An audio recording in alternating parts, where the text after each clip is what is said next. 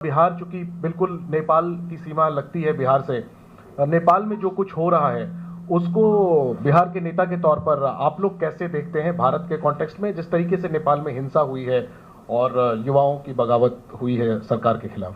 ये बात तो सर्वमान्य है कि किसी भी पड़ोसी देश, खास तौर पर नेपाल के संदर्भ में शांति बहाल रहे, इसकी इच्छा सब लोग करते हैं। और सरकारें वहाँ के नौजवानों की या किसी भी सेक्शन की अगर उपेक्षा करती हैं तो वो कहीं ना कहीं आक्रोश की वजह भी बनती है, और ये यहाँ भी ये बात लागू होती है। लेकिन शांति बहाल हो, इसकी हम कामना करते हैं जितने जल्द हो सके। उसके जितने भी आयाम है उस पर बातचीत होनी चाहिए। यहाँ भी लागू होती है मतलब दूसरा, यहाँ भी लागू का मतलब ये है कि आक्रोश बढ़ता है ना, आक्रोश के रूप अलग अलग हो सकते हैं, और ये आक्रोश जनता की चुनी हुई सरकार चोरी के माध्यम से आएगी तो आक्रोश बढ़ेगा। आक्रोश का आयाम अलग अलग हो सकता है।